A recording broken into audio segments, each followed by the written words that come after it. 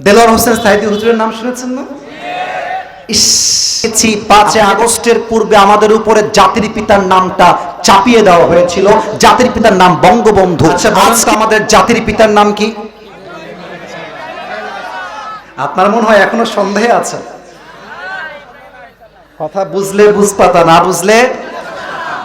আমি এখানে কোনো দল মতের কথা বলতে আসি নাই, আর ব্যক্তিগত কথা বলছি। আমি কোনো দলের দালাল নই, আমরা কেউ দালাল নই, আমরা ইসলামের দালাল, আমরা কোরআনের দালাল। যুবক ভাইরা ঠিক কিনা বলো? আমরা দেখেছি 5 আগস্টের পূর্বে আমাদের উপরে জাতির পিতার নামটা চাপিয়ে দেওয়া হয়েছিল। জাতির পিতার নাম বঙ্গবন্ধু। আজকে আমরা ওপেন ডিক্লেয়ার দিয়ে বলছি, মুসলমানদের জাতির পিতার নাম বঙ্গবন্ধু নয়, মুসলমানদের জাতির পিতা ইব্রাহিম আলাইহিস সালাতু ওয়াস সালাম। কোনো ভয় আছে? আপনারা সবাই আল্লামা দেলোয়ার হোসেন সাইদি হুজুরের নাম শুনেছেন না?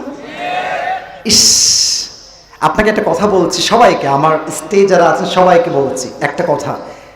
এটা আমার মিডিয়া রেকর্ড হচ্ছে, যে মিডিয়ার ভাইরা যারা এসেছেন ডানে বামে, এই কথাটা আপনারা কাট করে আপলোড দিবেন। এই কথাটা এখন যেটা বলবো, সাইদি হুজুরের ওয়াজ আমি কতগুলো শুনেছি এটা আমি আপনাকে সংখ্যায় বলতে পারবো না, তবে বিশ্বাস করেন আমার কথা, সাইদি হুজুরের জীবনের সবচাইতে সেরা ওয়াজ আমার ব্যক্তিগত পয়েন্ট অনুযায়ী উনি বগুড়ার মাটিতে শ্রেষ্ঠ ওয়াজ করেছেন। শ্রেষ্ঠ ওয়াজ আপনি সার্চ করেন, আমার কথা যদি মিথ্যা মনে হয় আপনি সার্চ করেন।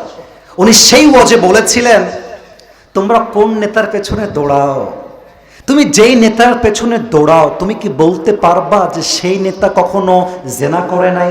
তুমি যেই নেতার পেছনে দৌড়াও, তুমি কি বলতে পারবা তোমার সেই নেতা দেশের টাকা মেরে খায় নাই? তুমি যেই নেতার পেছনে দৌড়াও, তুমি কি তোমার বুকে হাত রেখে বলতে পারবা যে নেতার চরিত্র ফুলের মতো পবিত্র?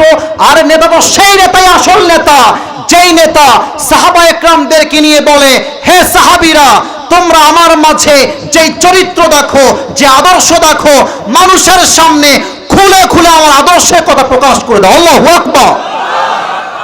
আর উনি একটা কথা বলতেন, আমরা হক কথা বললেই আমাদেরকে গালি দেওয়া হয়।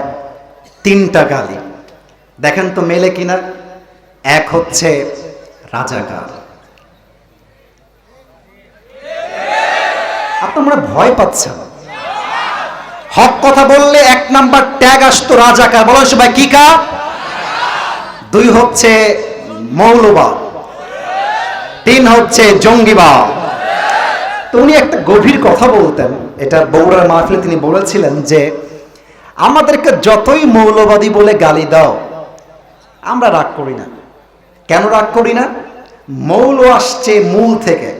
বগুড়ার সুলপুরেরা আওয়াজ কথা কম, বোঝেন ভালো, কাজে দিবে। মৌল আসছে মূল থেকে। উনি বলতেন, মূল মানে হচ্ছে গোড়া, মূল মানে হচ্ছে শেখর, মূল মানে কোরআন, মূল মানে হাদিস। আর তোমরা যারা আমাদেরকে মৌলবাদী বলে গালি দাও, তারা সব আগাওবাদী। এবার কোন আপনারাই, এবার বিচার আপনাদের হাতেই দিলাম। বলেন তো, গাছের গোড়ায় শক্তি বেশি হয় না আগায়? আগায় না গোড়ায়? উনি বলতেন, আমরা থাকি গাছের গোড়ায়, তোমরা থাকো গাছের আগায়। বাড়াবাড়ি বেশি কইরো না, আলেমদেরকে ধরে জেলখানায় বন্দী করো না।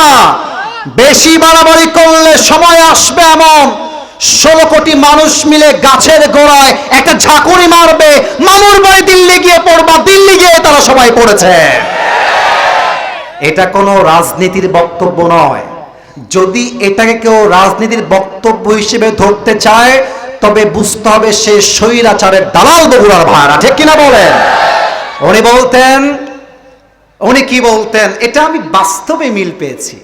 উনি বলতেন, তোমরা আমাকে ধরবা, জেলে দিবা, বন্দী করবা, হত্যা করবা, তবে মাথায় রেখো, আমি সাইদি হয়তো একদিন থাকবো না, বাট আমি সাইদিকে হত্যা করলে কি হবে? আগামীতে হাজার হাজার সাইদি আল্লাহ নিজেই পাঠিয়ে দিবে। যুবক ভাইরা, তার প্রমাণ হচ্ছে আমাদের সকলের প্রিয় রাহবার আল্লামা ডক্টর মিজানুর রহমান আজহারী হুজুর। আরে কিসের সেলিব্রিটি? নায়ক বলেন, গায়ক বলেন, ইন্টারন্যাশনাল ফুটবল প্লেয়ার থেকে শুরু করে ক্রিকেটার, সবাইকে আপনি এক মঞ্চে নিয়ে আসেন, এটা আমি আগেও বলেছি, আজও বলছি। সবাইকে আপনি এক কাতারে নিয়ে আসেন, আর আজহারিকে একটা মাঠে নিয়ে আসেন। গ্যারান্টি দিয়ে বলতে পারবো সবার লোক যে পরিমাণ হবে, আজহারের লোক তার চাইতে কমপক্ষে 90 ভাগ বেশি হবে বগুড়ার ভাই। আমি এটা অহংকার নিয়ে বলি নাই, আমি আমার কোনো ইগো থেকে বলি নাই। আমি বলতে চাই ইসলাম এমন একটা ধর্ম, কোরআন এমন একটা কিতাব, এই কিতাব যার ভেতর ঢুকে যায় তার ভালোবাসা রুখে দেওয়ার সাধ্য জমিনে কারো নয়। আমি বলতেছিলাম জাতির পিতার নাম বঙ্গবন্ধু নয়, জাতির পিতার নাম, আর একটু ক্লিয়ার হয়ে যায়, জাতির পিতার নাম বঙ্গবন্ধু না জাতির পিতার নাম ইব্রাহিম আলাইহিস সালাম। আচ্ছা ভাইরা, রাত তো 12টা বেজেই গেল, 1 ঘন্টা তো ওয়াজ হয়ে গেল, আরেকটু ওয়াজ কি করা যায় না? আমার তো মনে হয় 12টার পরে কেন, শুধু যদি ভোর রাত পর্যন্ত ওয়াজ হতো, বগুড়ার সন্তানরা দোয়া করে নামাজ পড়ে বাসায় ফিরে যেত।